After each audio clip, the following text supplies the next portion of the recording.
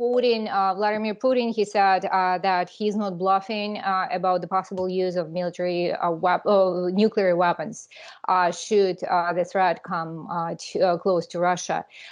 Do you think the West and other global players should be alarmed? Yes, his statement is really quite alarming. I certainly hope he is bluffing. I do not think that use of nuclear weapons, tactile nuclear weapons, is really in anyone's interest. It's certainly not in the interests of Russia or the Russian people, because all that radiation, if it's used, will blow back on Russia itself. That's how the wind pattern, and that's how things move. So I think it's really quite troubling. But what we've seen is that Putin can be really quite unpredictable. If you asked people a year ago, nobody thought we would be in this war, a war that he launched. And at various times, he has escalated hitting human, his military has escalated hitting human civilian targets. It's taken control over nuclear power plants, put military facilities on those. That is all very dangerous already. So I certainly hope he's bluffing, but Mr. Putin has proven that he's quite unpredictable, and he might not fully appreciate the scope and the diplomatic problems that doing so, the humanitarian and diplomatic problems doing so would entail. I think we've already seen the Chinese leadership push back. They pushed back on him a week ago. But at this latest escalation, both the introduction of this partial mobilization, but particularly the rhetoric about the use of nuclear weapons, the Chinese seem to think that's a red line and urge de-escalation immediately. And I think if you just look at the statements coming out of the United Nations General Assembly from leaders across the world, not just Europeans and North Americans, but from across the world, these statements are really quite troubling. So, Paul, this unpredictability of Vladimir Putin, is it taken into account in Washington, and how is it taken into account? Yeah, I mean, I think nobody quite knows anybody who says they know what Putin is thinking or what Putin will do isn't really being truthful, because nobody quite knows what is in Putin's mind. And even with the closure of relations and the strict deterioration of relations between Russia and the West, it's even harder for Western officials to have a good understanding of what is in Putin's mind. But I certainly think Western American policymakers are taking this seriously. They are very concerned about these new calls for referendums to formally annex the areas that are under occupation. That would make Ukraine trying to take it back its territory a direct, Russia can say that's a direct threat against Russia and a violation of Russian territory, even though nobody in the international community will recognize those territories. So, Putin, I think, is in some ways backing himself into a corner and trying to move this from being a offensive war that he launched and trying to change the narrative to one that's defensive. If it's defensive and you're protecting Russian territory, mobilization and all of the things that he's now talking about that he wasn't going to talk about a few weeks ago is more palpable to the average Russian, or at least that's probably his hope. You worked with Russia on different stages of your career, and you advised the U.S. government on Russia as well. Is this the scariest kind of phase and the scariest rhetoric you've heard in your time in, dealing with Russia? And what would your advice be on how to handle this now? Well, I think it certainly is quite scary, and it certainly is, not very helpful. Mr. Putin has used some very fierce rhetoric in the past and fiery language in the past. Sometimes those were shocking, but the sheer fact that the international community is telling broad bases of the international community, not just the United States, but even the Chinese are urging restraint and urging Russia not to use nuclear, chemical, tactical weapons. I think that the fact that we are in this conversation I never thought we would. I always thought that things were stable enough. But clearly, this is one of the most dangerous times. And I think for the U.S. policymakers, there's not all that much we can do. We don't want to escalate this anymore, but it seems like Putin is certainly wanting to escalate. I think it is essential that the U.S. Not recognize and urge other countries not to recognize these rushed referendums. I think it's important that the West stays united, but also that the West reaches out to the people that Russia listens to. It's clear that he listens to Xi Jinping. It's clear that he listens to Prime Minister Modi of India, and maybe trying to engage some of these other states that he will still listen to try to help tone it down. I think is useful. So would it be for extra added pressure, and would this added pressure have a danger of producing this kind of reverse effect? You already mentioned that Putin feels trapped, and if there is more pressure added, he feels more trapped, and then there is just following down this path of unpredictability. Do you see this scenario happening? Yeah, I mean, I think Putin is most dangerous, and sort of this war is most dangerous when Putin actually feels that he's cornered. And right now, I think there is that feeling of being cornered because of the military difficulties that Russia faced just a week ago. This is a war that is not going according to plan. At numerous times, it has not been going to plan.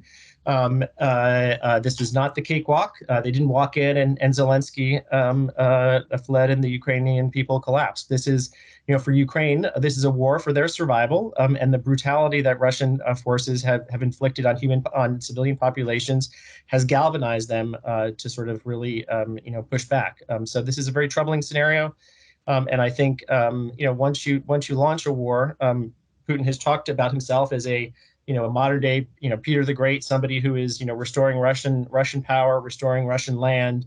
If you start a war like that and you don't win the war, it's very destabilizing for that regime. So I think it's very troubling for people around Putin, and for probably for Putin himself, just to sort of see this is probably the biggest one of the biggest crises he's faced, and it's one of his own doing.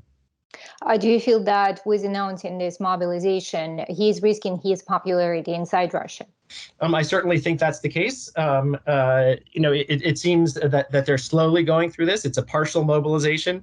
It's not a full mobilization. But so far this war has been fought primarily by rural Russian men, not not people from the main big cities. And I think involving them would certainly cause some pushback. The penalties for not going along with mobilization or not fighting are high.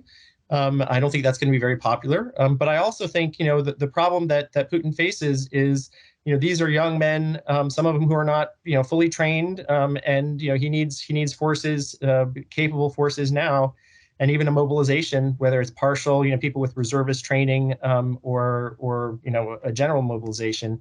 I don't think he can immediately get the capabilities and the manpower that he needs, the trained manpower that he needs in the short term. So I really wonder what this is, militarily, what this will achieve, except to try to rally people around the flag, and move this from an offensive war to one where he hopes to be able to sell it as a defensive war. But whether or not it will enhance Russia's capabilities is unclear. Do you feel that Putin, with this announcement, kind of alienated the allies that still existed, at least on paper, because we watched Samarkand last week and we saw the change of the mood in many of the countries who participated there, and Putin didn't look very comfortable there, at least on that during that forum. So do you think with this something is going to change in the perception of Russia by, say, Central Asian countries, by China, and by whoever participated, whoever we watched in Samarkand?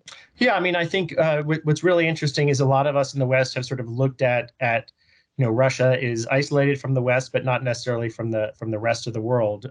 But it certainly seems after that SCO, the Shanghai Cooperation Organization conference summit in Samarkand last week, that the Chinese are very unnerved by what's happened. The Indians are very unnerved. The Chinese said it in private. Putin only admitted that the Chinese had mentioned this, but the Indian leader said it in public.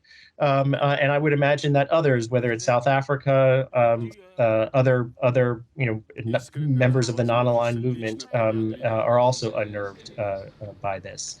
I think the most bold statements were certainly by the Chinese and by the Indians, but I think the Central Asian leaders that were there, they were trying to keep Putin at arm's length. I did notice that Mr. Tokayev, the president of Kazakhstan, has really tried to put distance between his country and himself and Mr. Putin and Russia. That's kind of surprising considering he owes his position to the CSTO intervention, but he's really is pushing back on Russia, trying to chart a new foreign policy.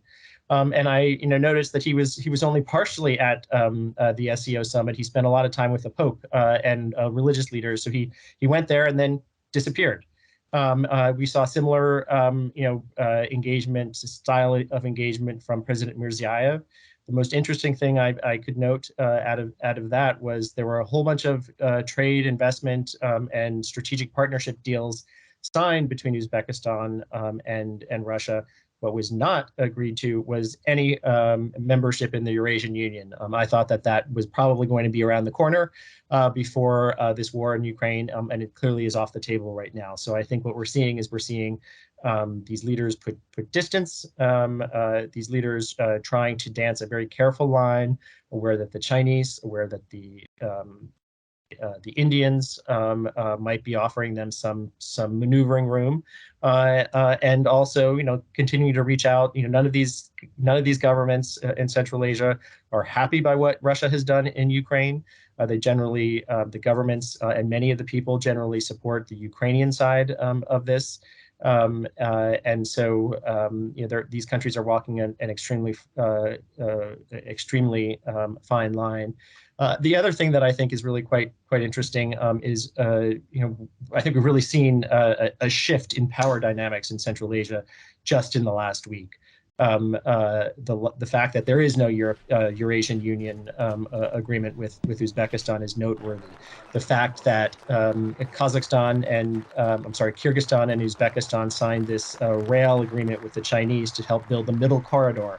The Middle Corridor is that transportation corridor that will run across Central Asia, probably go through the Caspian, through the Caucasus, and out to Europe. The existing line that was built as part of the BRI is really not functional anymore in the post-Ukraine environment. Nothing is being shipped there.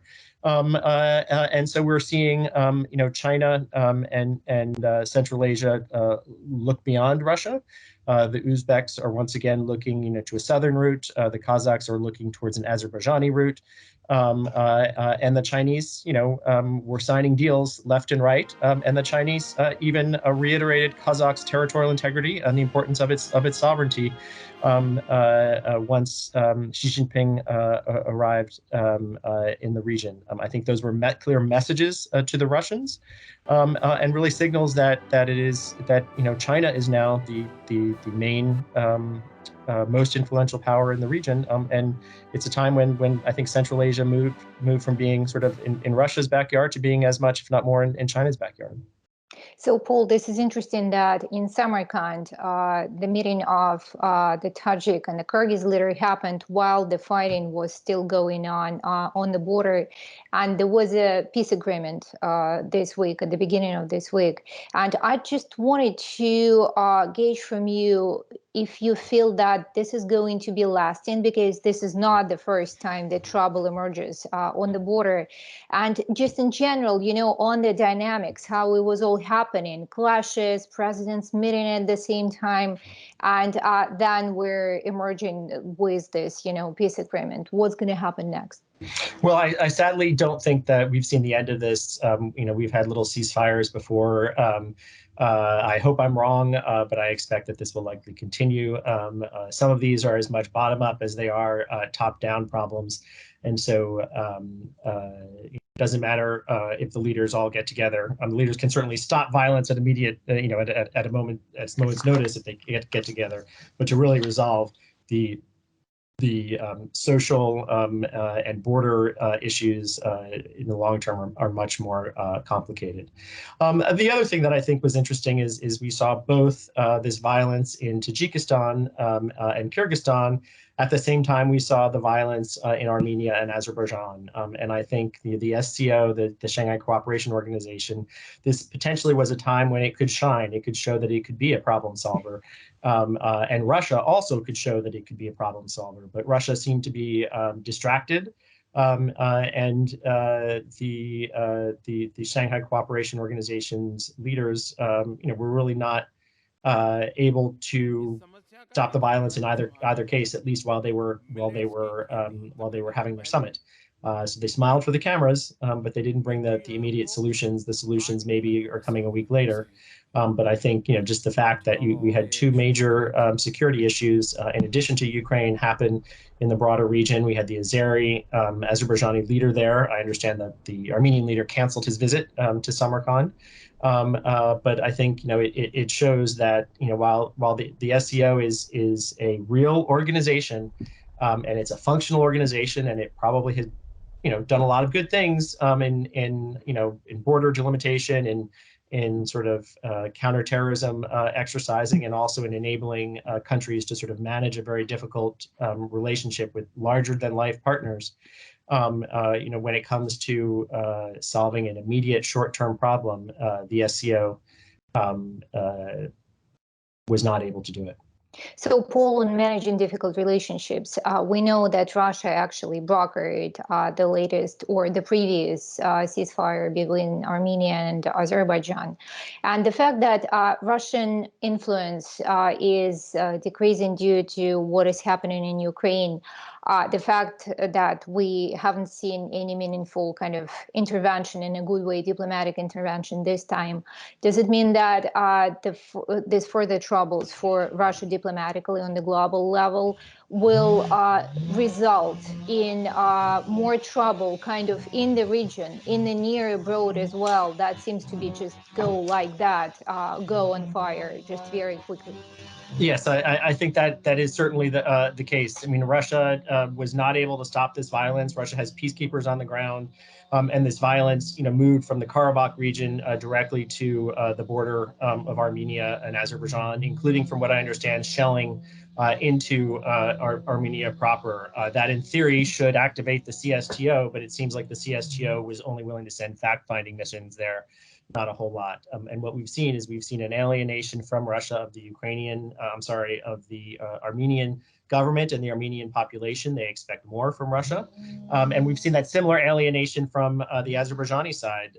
We've seen the same sorts of threats to Azerbaijani sovereignty that we saw to Ukrainian sovereignty or Kazakh sovereignty.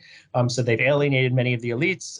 And so, Russia has really, through its Ukraine war and through the difficulties it's been having in Ukraine war, it's really raised questions about whether it's a reliable partner for the Armenians and whether it's a reliable partner for the Azeris as well.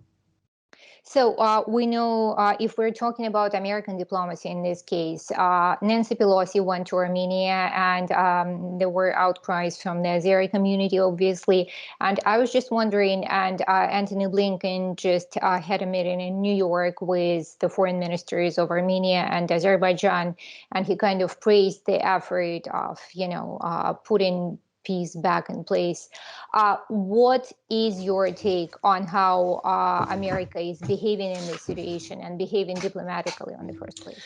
Well, I think America is re-engaging. We have a new Minsk Group co-chair. The Azerbaijanis don't like the Minsk Group at all, but we are re-engaging. We have sort of not been actively involved in this conflict. The Trump administration de-emphasized this conflict, and so now we're back into it. I think that's appropriate given the scope and the tremendous dangers of renewed fighting. So that makes sense. On Speaker Pelosi's visit, I do not think it was very helpful. I understand why she did it, but I think the timing and some of the rhetoric certainly doesn't facilitate a dialogue, at least from the Azerbaijani side. I think her visit was not a message from the administration. It was a message from Speaker Pelosi, who has long cared about the Armenian Nagorno-Karabakh issue. She has a large Armenian diaspora in California, and I think this was as much legacy at the end of her career as it was anything else. But I'm happy that Secretary Blinken, is meeting. I'm happy that we are, pushing again, and I'm also happy to see the Europeans have also been front and center. The European Union has been front and center in some of these negotiations as well, and I think, both is important. And we've seen that sort of the focus of who is the actual broker. It switches. Sometimes it's been Russia, sometimes it's been France, sometimes it's been the EU. And now we seem to be in EU, and perhaps this is an indication that the Americans are starting to re-engage in this issue. About the EU poll, we know that Azerbaijan emerged as a new energy supplier in the last few months to the European Union. And in this particular conflict, do you feel that Europe is going, or Brussels is going to be tempted to side with Baku more, or it's going to keep an impartial position? Well, I think they certainly need the Azerbaijani energy. I think getting that energy in short order is still a long way off. Getting the infrastructure in place to sort of really be impactful is certainly there. But I do think having this conflict continue is very destabilizing, because Russia is right there. The infrastructure all goes through Georgia. It's not a very stable country given Russia's location there. We have the conflict between Armenia and Azerbaijan. If that is not resolved, the stable transportation corridor for energy is not stable through the Caucasus either. So I think while Europeans are clearly re-engaging with the Azerbaijanis, I think they realize that just focusing on the Azerbaijani side will not necessarily solve their longer-term energy issues. That helping make this a more stable region and resolving these conflicts is key. There's also some countries in the European Union that have very vocal Armenian diasporas too, France in particular, and they will be very carefully watching and trying to influence this process as well. Well, my last question, there were parallels kind of emerging on social media after Pelosi's visit to Yerevan, I'm sorry. And basically what was happening after Pelosi went to Taiwan a month ago, this week we saw kind of continuation of the rhetoric, and President Biden said that United States are ready to intervene and support Taiwan with military means should China invade. Should there be parallels seen in the case of Pelosi's visit to Yerevan, or it's just too far-fledged? I think it's too far-fledged, and the U.S. doesn't have the exact same interests in Armenia and Azerbaijan as we do have in Taiwan. I think, China is, our number one foreign policy challenge. Taiwan is a much closer partner to the United States, both in economically, geopolitically, and also in values. It is clearly, Azerbaijan is not a democracy. Armenia is a very struggling and flawed democracy. Taiwan works as a democracy. And so there's multiple reasons, the geopolitical interests, the economic and trade interests, the cultural ties between Taiwan and the United States, and the people-to-people ties are really quite high, and the values. So I think this is Taiwan will get greater attention than Armenia does. But I also, I think, Pelosi certainly has raised public awareness in the United States about the Armenian-Azerbaijan issue, and she, as the speaker, has every right to go wherever she wants to go in the world. But I think, and to represent the House of Representatives and the U.S. people. But I think, the Biden administration still will prioritize Taiwan more than the Caucasus.